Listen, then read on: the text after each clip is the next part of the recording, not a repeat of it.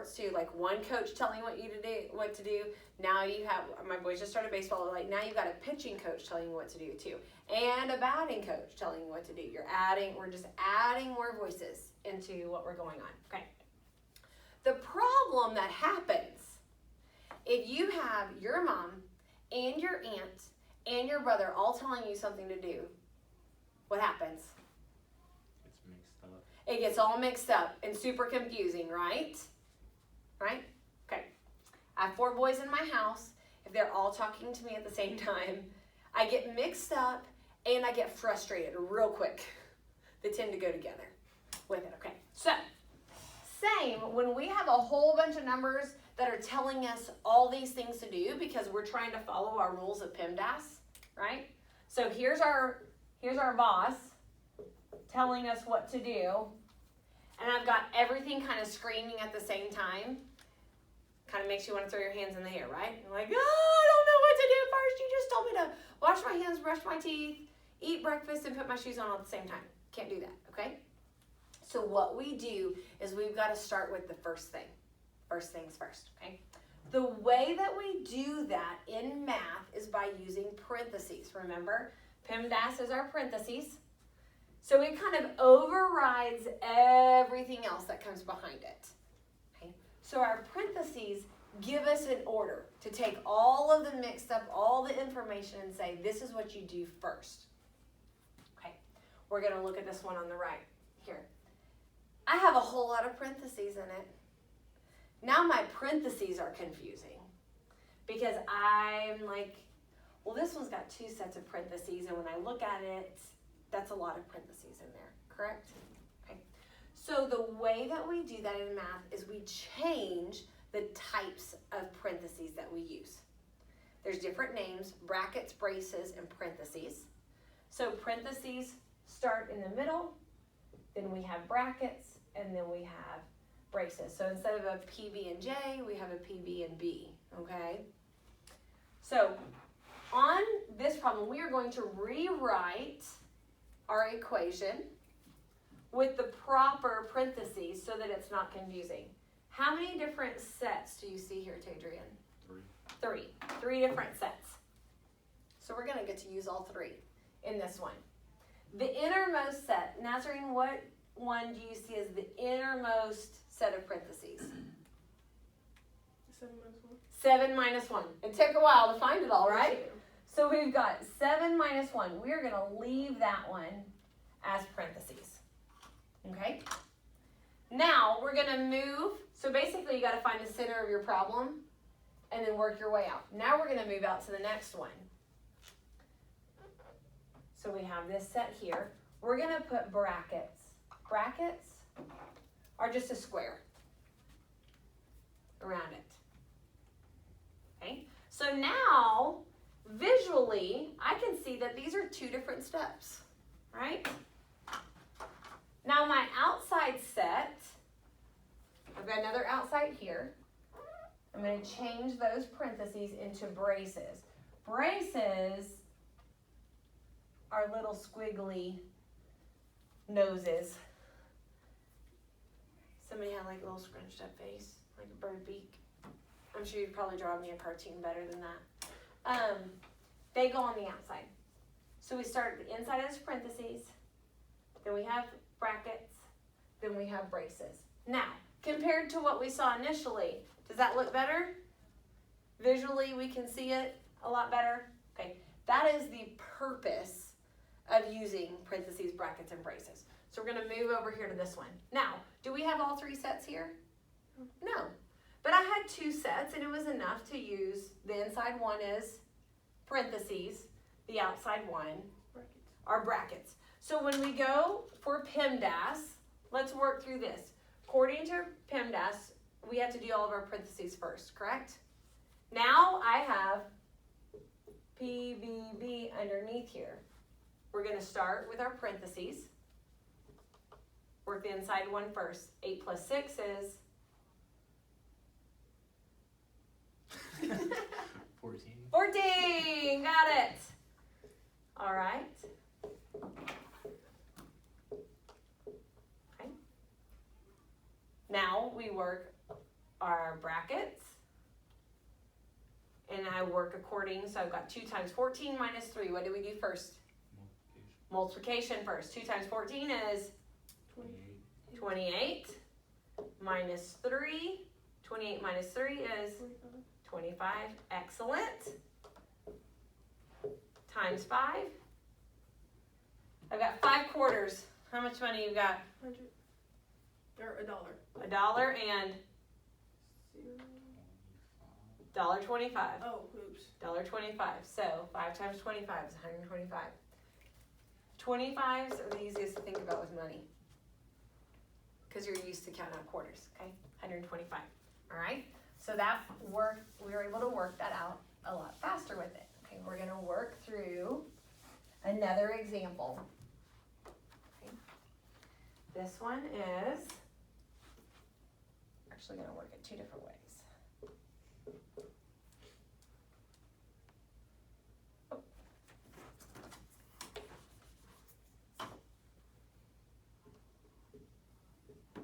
We're going to add a variable in there.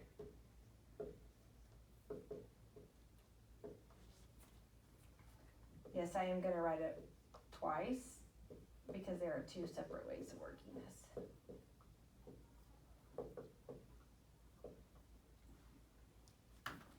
Okay. So, as we work through, what is the whole point? So we just learned that our brackets and braces help us group it together. In algebra, the whole point is to solve for an x, right? To find out the solution to our problem. To find out the solution to our problem, often there's more than one way of getting there. Okay? When we work with parentheses and brackets, it gives us extra options. It feels like it can look confusing, but sometimes it's giving an extra option of working through it.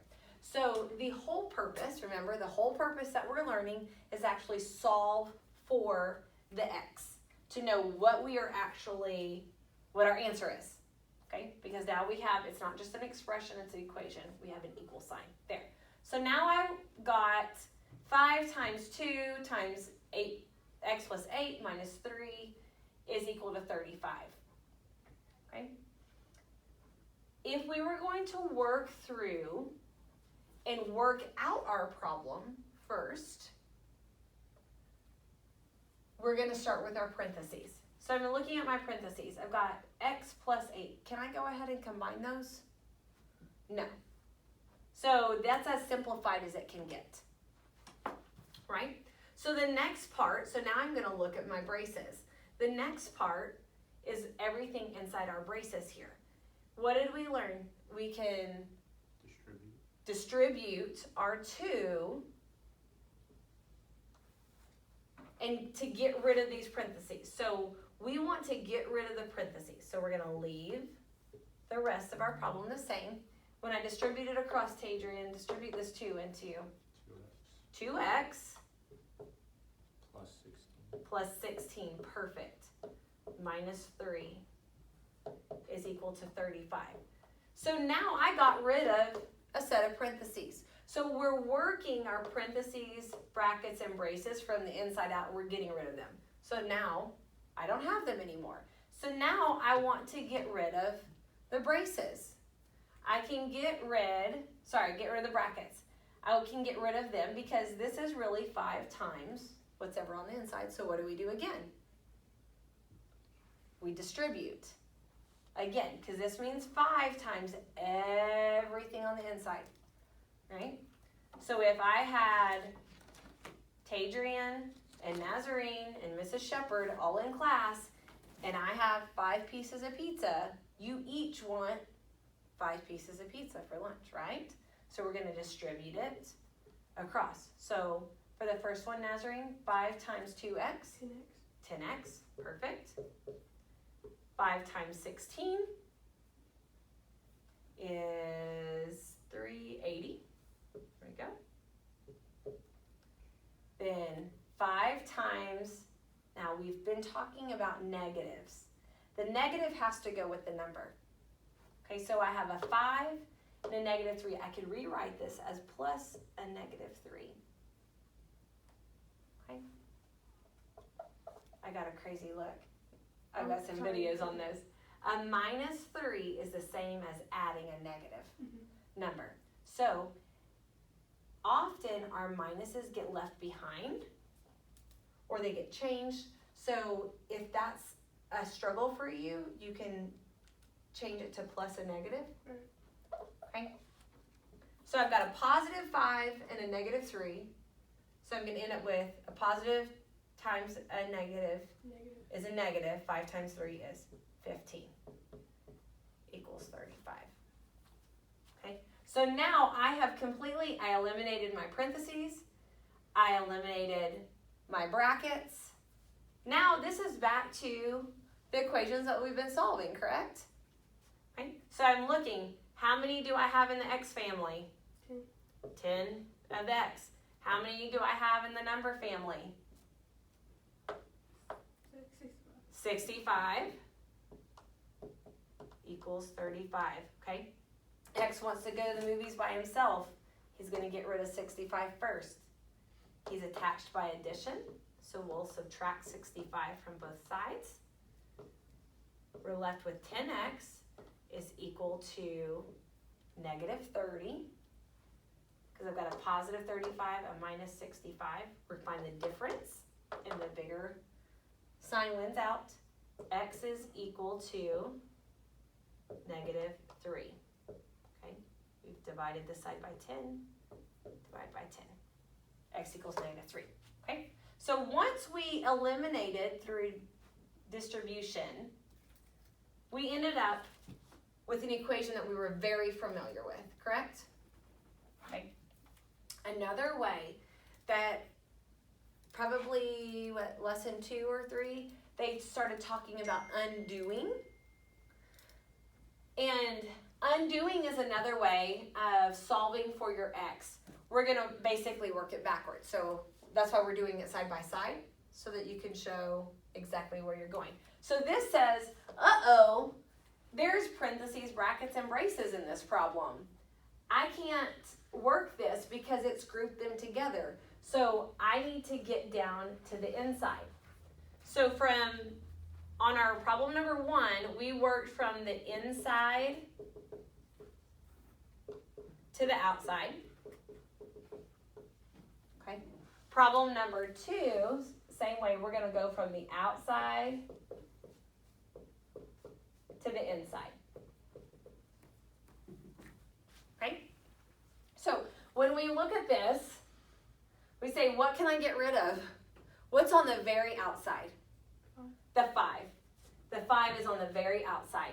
And it is attached through multiplication. So what's the opposite? Division. So we divide both sides by 5, right? Math, whatever you do on one side, you do to the other side. Okay? 5 divided by 5. I have another way that we've talked about simplifying here with the division is, remember, you've got something cut up into 5 pieces. You have all 5 pieces of them, so it equals 1. So 5 divided by 5 is 1. So that eliminates that side. 35 divided by 5 is 7. Perfect. Now what do we have left? We're going to rewrite what we have left. 2 times x plus 8 minus 3. Do I need to put the brackets around this now? No, because they're just on the very outside. So now we have eliminated a bracket. We're working towards the inside now. Now in this term, we talked about how we can group everything for the parentheses can really be like one whole variable in itself. Okay, so now I have 2 times a variable, something here, minus 3. What's the easiest one to get rid of? If X wants to go to the movies by himself, he's got monkeys on his back and other things, and then he's got this set of 3 over there. 2. No, we can get rid of the 3. Is on the very outside. So we're looking the furthest away from X. What's the furthest thing away from X that we can get rid of? We're working this way because it has it in your book like this too. Okay, so we can go ahead and get rid of the 3 by adding, correct? So I'm still left with 2 times x plus 8 over here.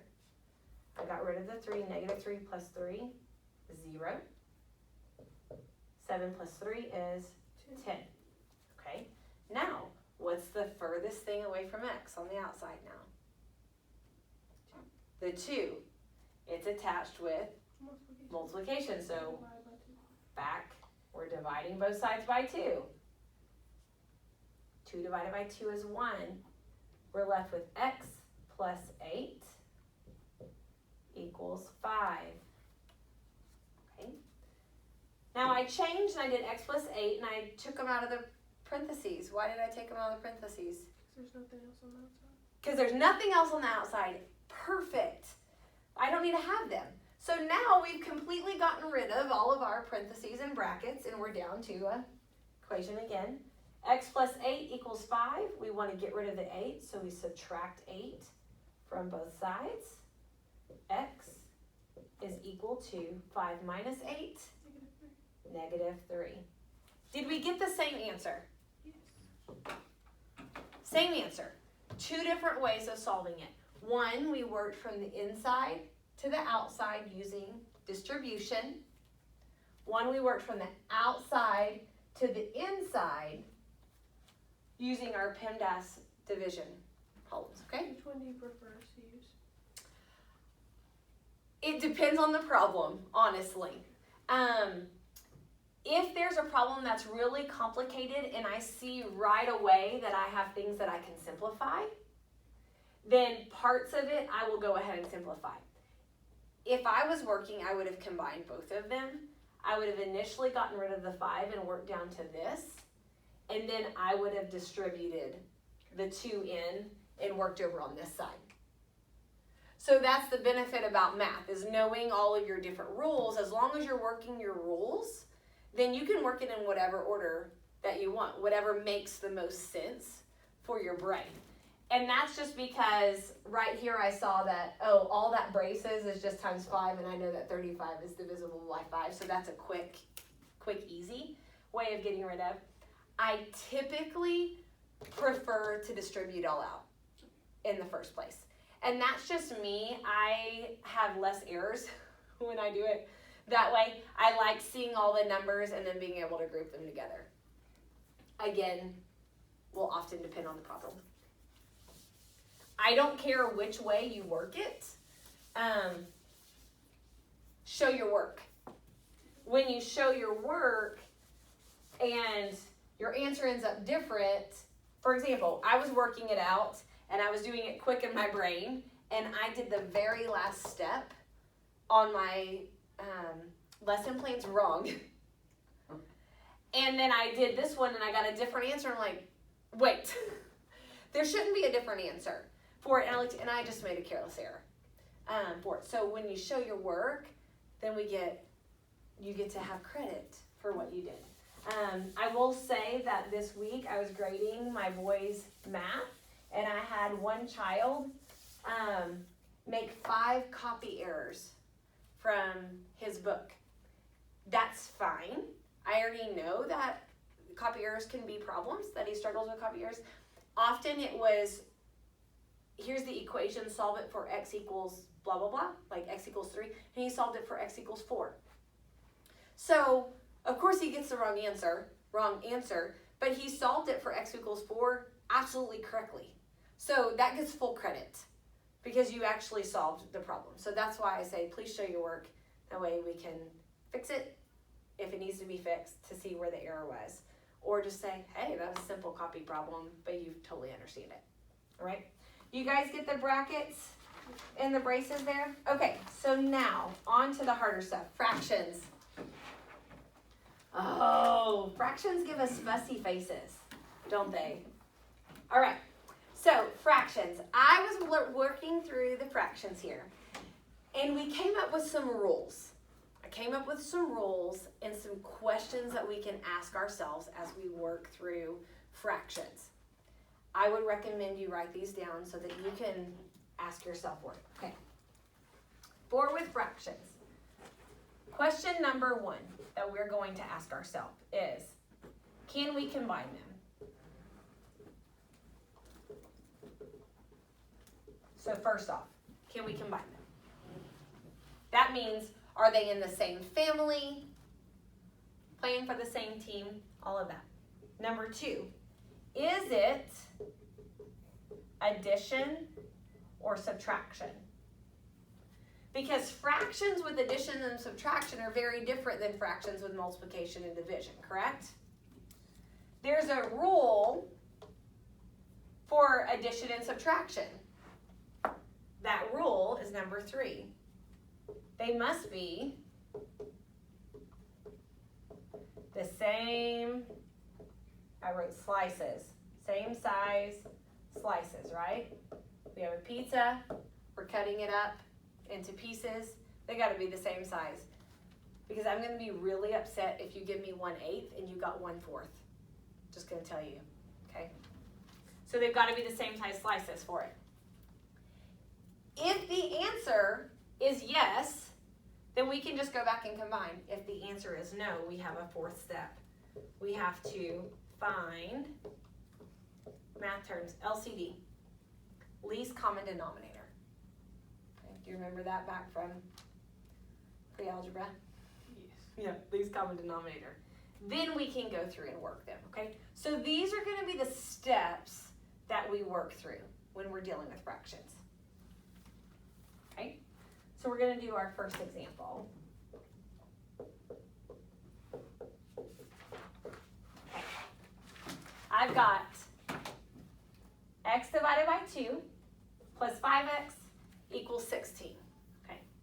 Ugh, Miss Thomas, you even gave us an ugly first coefficient for that first x, right? Because it's x divided by 2. Okay. Remember, there is an unwritten 1, correct, in front of all variables that are just the variable. Also remember, when it comes to multiplying fractions, the x can either go in the top or we can write it out to the side. Okay? And that is because the x is technically also x over 1. So it's just a new way to write it. So I really have a 1/2 here. 1/2 x plus 5x equals 16. Question number 1. Can we combine them? Are they playing on the same team? Yes. Yes. They're both x's. Oh, yeah. Oh. Okay? They're both x's, so these are ones that we're going to try to group together. Okay? So we've got yes for number 1. Number 2, is it addition or subtraction between the family members? Addition. Yes, it's addition. Question number 3, must be the same size slices. Are they the same? No. Okay, what do we have? The first one is cut into halves. The second one is really 5 over 1. Okay, so we've got a problem here. We've got one that's cut in half and one that's a whole. Okay, so since I have a no, we move to 4. Find the least common denominator. Between 2 and 1, the least common denominator is? The least common multiple is 2. I'll put in there. Sorry. Least common multiple is 2. Okay, so do I have to do anything to the 2? Nope, because it's already 2. So we're going to leave our x over 2. Do I have to do anything to the 1? Yes. What do I have to change the 1 into?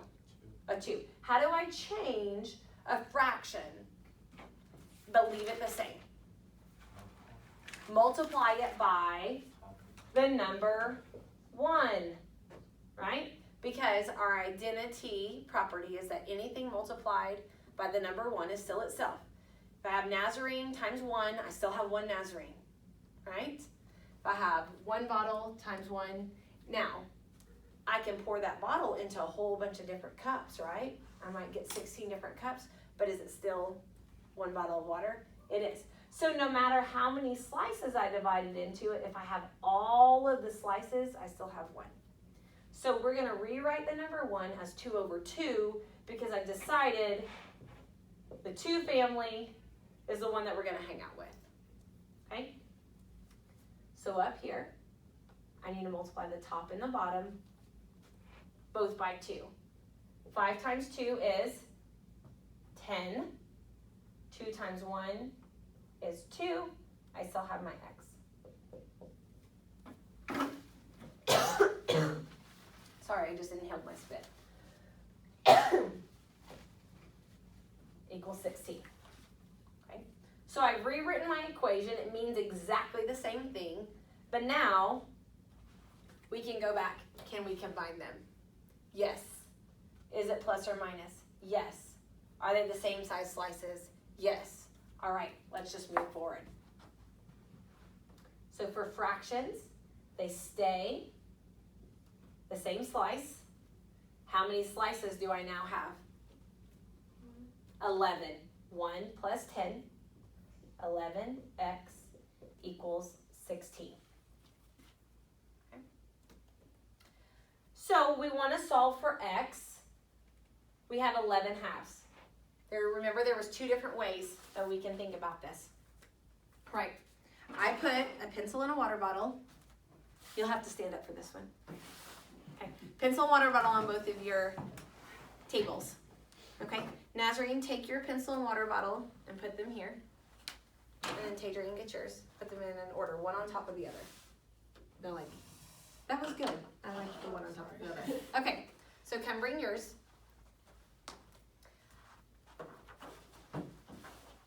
Okay. Yep. So I'm standing here. So now I have 2 water bottles and 2 pencils. Uh-oh. I don't have the same amount. So if I have 2 different people and I'm slicing this table into pieces, what do I need to do so everybody has the same amount? We need to switch it, right? So now I have a water bottle and a pencil and a water bottle and pencil. Okay? So when we're looking at it, if you're standing on my side, if you're looking at it, I have a fraction here with a pencil on top and a water bottle on the bottom, right? And I have a water bottle on top and a pencil on the bottom here. Does that make sense? Okay, so what ones can we add together when we were talking about slices of pieces? So now this one is divided into into water bottle ones, and this is divided into pencils. Okay, so these cancel and these cancel, and we end up with ones. Okay, that's what we were talking about when last week we were working through when we were canceling out all the different numbers with the z's and the y's and the x's, that you've got to do the reciprocal. Okay, so now I've got a pencil on the top, pencil on the bottom. Now, if I had, you guys can sit down. If we have 11 halves here, I can say 11 halves divided by 11 halves, right? Because it's attached to our multiplication. And then we look at it, 11 halves divided by 11 halves, and we say, uh-oh, that's a no-no, right? So we can never divide a fraction. That's a flip and multiply. So 11 halves times 2 over 11. Okay, that's what so that now it looks like with our water bottles, we had a pencil and a water bottle, and a water bottle and a pencil. Okay. So I have something that's divided into 2 pieces. Do I have 2 of those pieces? Yes. Yes, I have 2 of the things that are divided into 2. So I have a whole, that equals 1. I have something divided into 11 pieces. Do I have 11 of those pieces? Yeah. So I have an 11 times 11. So I've ended up with 1 on this side. So 11 halves divided by 11 halves is going to be 1. It leaves me with an x. Right? Now, we look at the other side. We've got 16 divided by 11 halves. Ew, that looks ugly. Let's rewrite it. 16 divided by 11 halves. Ugh, that still looks ugly. We can't do that.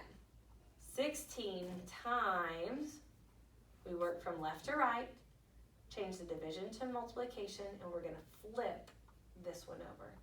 2 11ths. Okay? Also talked about the multiplication fraction train. It just goes through. I like doing like that.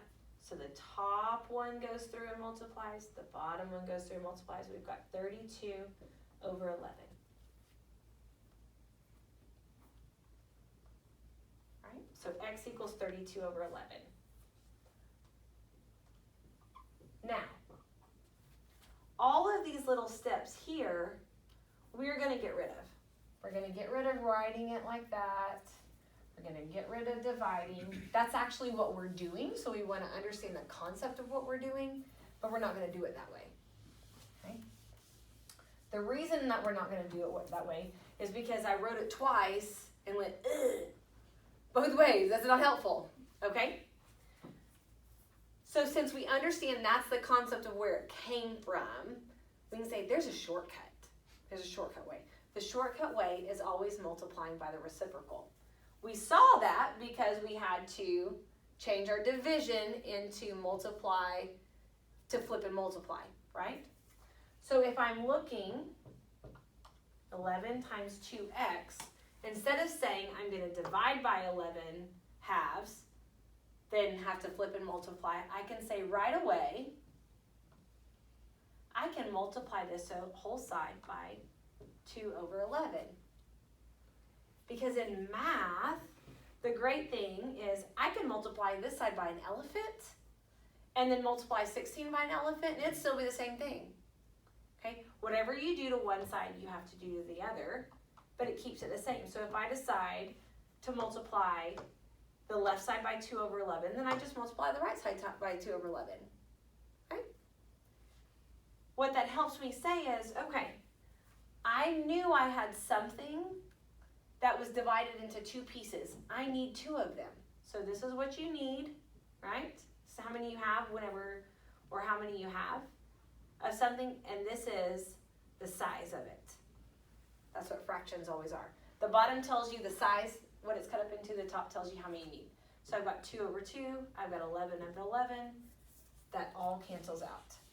Then I can just work the right side, okay? So that's the fraction thing. Let's work through another example that's a little bit harder.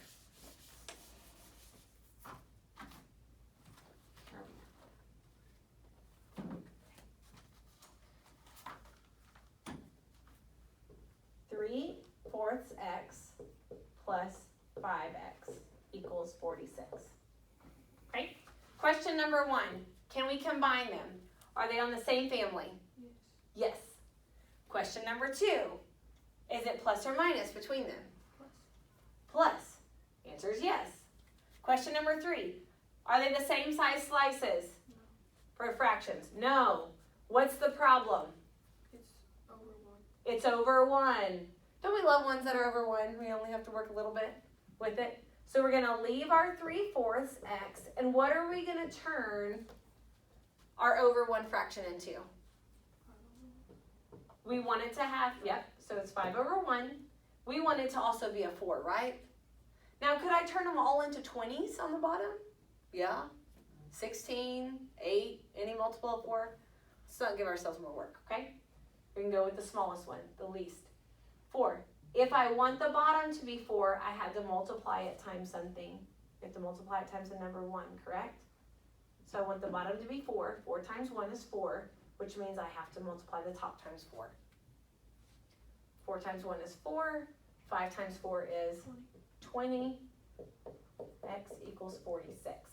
Okay, now, are they the same size slices? Yes. Great. So we can go back and just add them. Correct? When we add fractions, we leave the bottom the same. Add the numerators. 23. 23x equals 46. Now, do we want to go through the whole 23/4 times x, so I need to divide by 23/4? No. We want to skip all of that. What we're going to do instead is multiply each side by the reciprocal. Tadrian, what's the reciprocal here? 4 over 23. 4 over 23. So I have to do 4 over 23 on this side. I've got 4 and a 4 is 1, 23 and a 23. The reason that this works, if that little step is a little confusing, is because of that commutative property, where because it's multiplied, we can rearrange it. So I've got 4 times 23, which means I can also do 23 times 4. And now they're right on top of each other. 23 over 23 is 1. 4 over 4 is 1. Okay, same thing. So now I have x is equal to 46 times 4 over 1 times 23.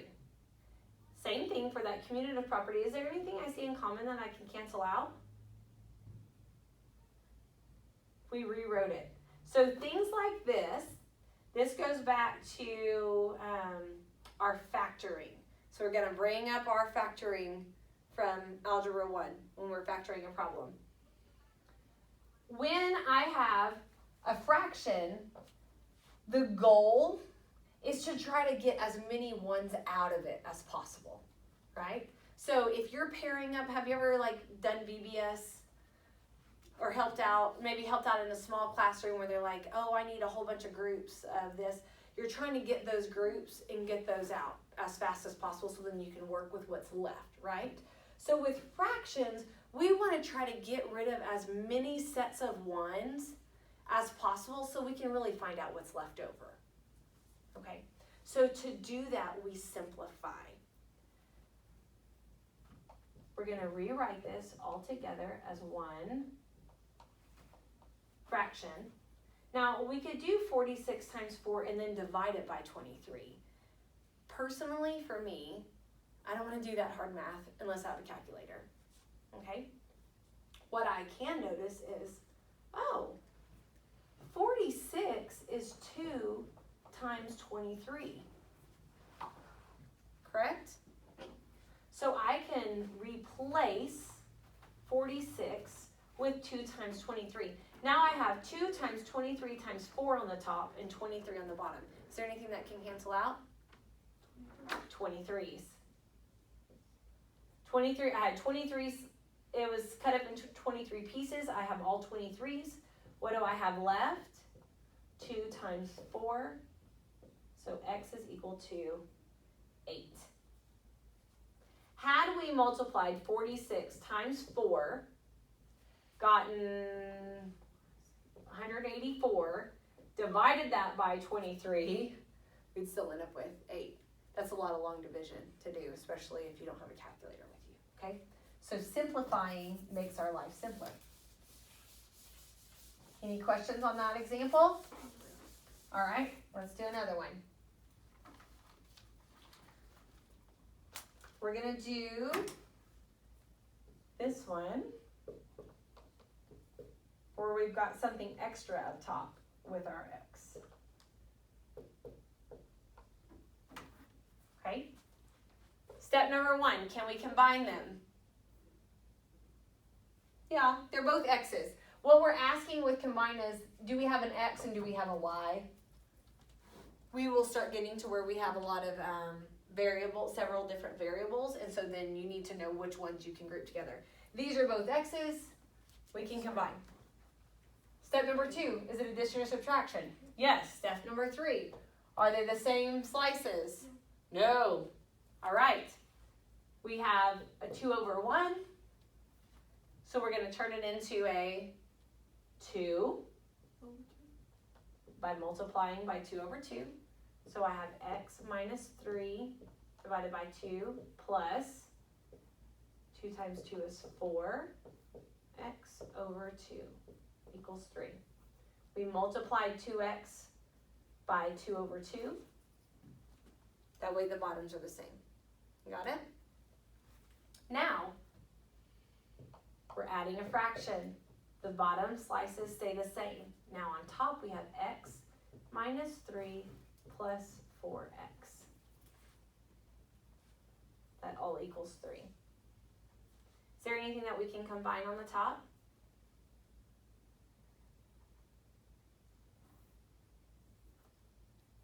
We can take x and the 4x and combine them, right?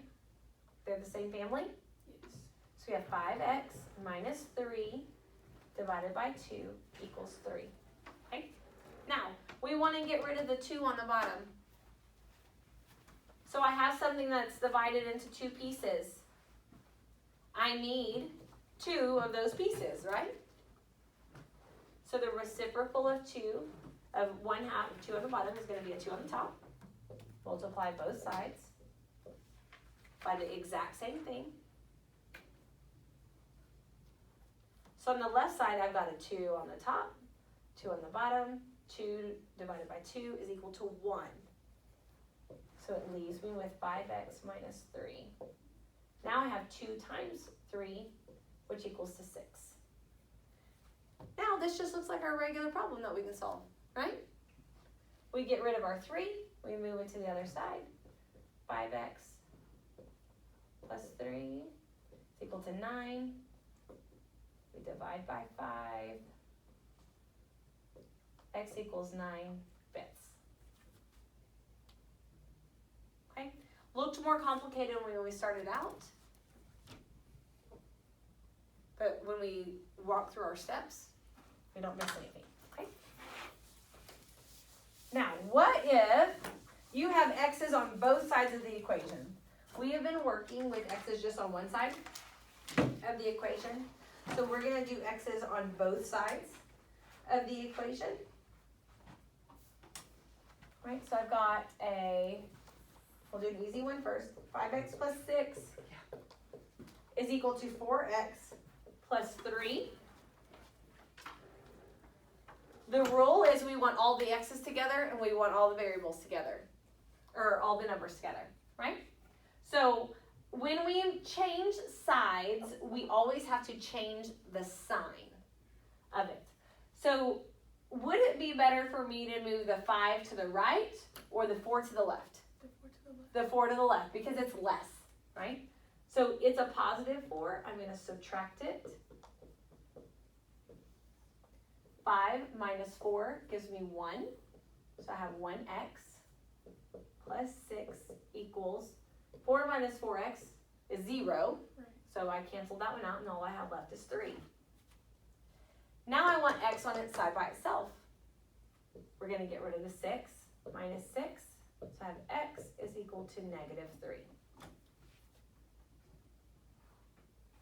So we're just grouping. We're rearranging using our numbers to rearrange. Okay. Harder one. We have 3. 12 plus 3x. Okay. So step number 1, we look back and we have to say, oh, there's a parentheses in here. So we want to get rid of our parentheses. What's a rule that we can use to get rid of our parentheses? Oh, rule. Or a property, a mathematical property. Distribution. Distribution, perfect. So I can distribute my 3 and it will get rid of my parentheses. 3x plus 12 is equal to 12 plus 3x. What do I see? It's the same thing, just flipped. Okay, that's called an identity. That means that every single number will work. Okay. Okay? Because if I make it 1 on this side, it's going to be 1 on that side, right? If I make it 1,000,000, x equals 1,000,000, I'm plugging in, it's still going to be the same. So when we have the same on both sides, basically it solves out as minus 12. So I've got 3x equals 3x, right? Divided by 3, divided by 3, x equals x. Or if I were to move it over, so I have 3x equals 0 plus 3x, and I'm going to subtract a 3x on this side. I get 0 equals 0. Okay? This is called an identity.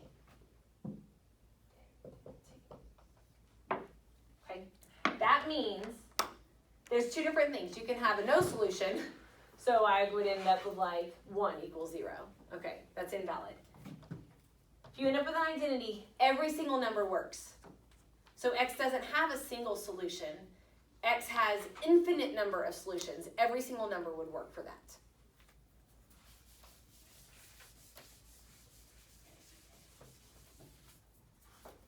Okay.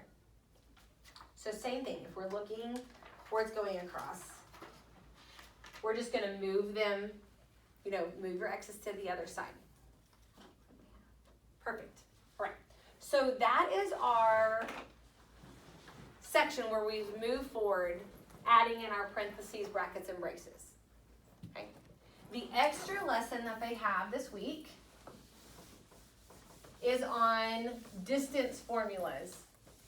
Now, distance formulas, I use a distance formula every single day when I'm driving somewhere, trying to figure out how long it's going to take me to get there. Right? You use distance formulas if you're in a sport. You use distance, rate times time. Mostly like, hey, I know that I can do 5 problems in 20 minutes and I've got this. Okay, how long is it going to take me to do my homework? Okay, so all of those same things, we're working it out. So they talk about distance. We need to know that distance is always equal to rate times time. Okay? Now, have you ever heard one train is driving 20 miles an hour and it's going here and the other train starts in an opposite direction? And, does that feel so overwhelming? Have you ever heard that? Are you kidding me? Okay, I can give you lots of them. It's the classic ACT, or like quiz thing. It's like, you have one train driving 80 miles an hour. Oh, yeah. And heading to the west, and you've got another train driving 60 miles an hour heading to the east. When will they meet? You're like, I don't even know where to start on it. What do you mean meet? Like, who's serving pretzels on what train? I want to get on that one. Okay? So, all of that to say, it's how you look at it. And so I'm not going to go over exactly, you guys can do your lesson there. I'm going to go over a concept for it that I think will help you look at the problem a little differently. Okay, so if distance equals rate times time, if I'm going to Branson, it's 378 miles, wherever we go to Branson. Yes, we used to have a house there. And I am driving 70 miles an hour. How long is it going to take me to get there? Okay, those are our classic distance equals rate times time. I know how far I'm going to go. I know when I'm driving. Say I'm going 320 miles. I'm going 80 miles per hour. How long is it going to take me to get there? Okay, 4 hours. 320 divided by 80, 4. I'm ending up with 4 hours, okay? Distance equals rate times time. Now, this is a fun one to think about. If I go, so I did this once to decide if speeding was really worth it. Okay? So I'm going 320 miles. I'm going 80 miles an hour on the turnpike. Okay? It takes me 4 hours to get there. The speed limit's 75. I'm going 80. I'm probably not going to get stopped by a cop on it. Okay. But there's still a chance that I might get stopped by an officer, right? Because the speed limit is 75. So let's look at it. I've got 320 miles an hour. I'm going to go the speed limit, obey the law. How long is it going to take me to get there? So then we say 320 divided by 75 equals 4.26 hours. What is 0.26 of an hour? 0.26 of an hour, I've got 60 minutes, right? 15 minutes.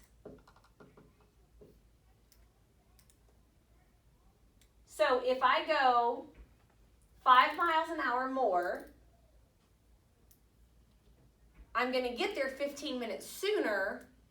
But if I get stopped by a cop, it's going to take him 15 minutes to give me a ticket. Right? Plus, it's going to cost you money, which means you're going to have to work 5 more hours mowing lawns. So, was that really worth it? Maybe. Maybe. Depending on if the cops stop you or not. Yeah. Then You no.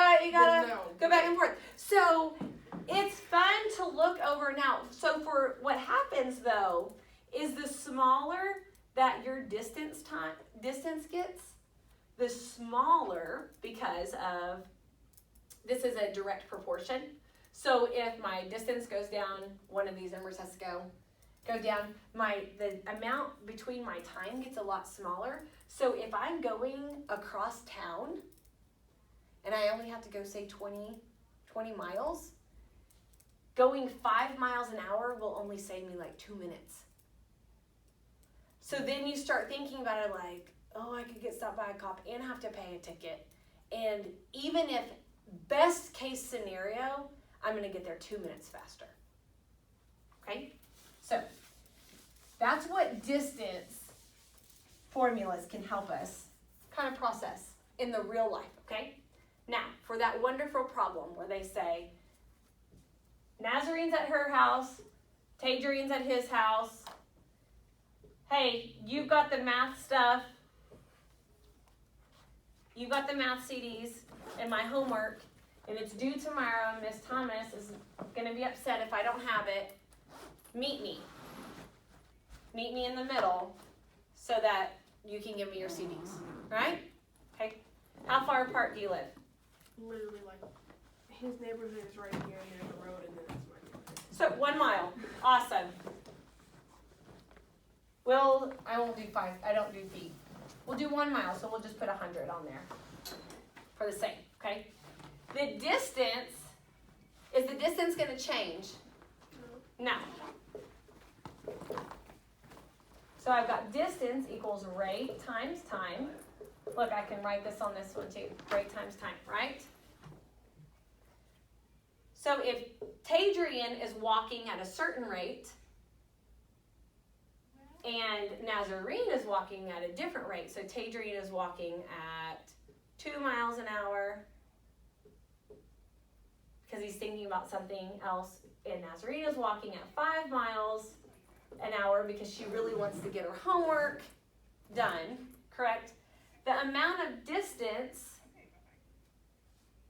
is going to be the same, right? So you still have to add up to 100. So we get to add those to cover our distance. Because then we're going to have Tadrian's distance plus Nazarene's distance equals our total distance. So we take Tadrian's rate, 2 miles per hour, times however long it takes him.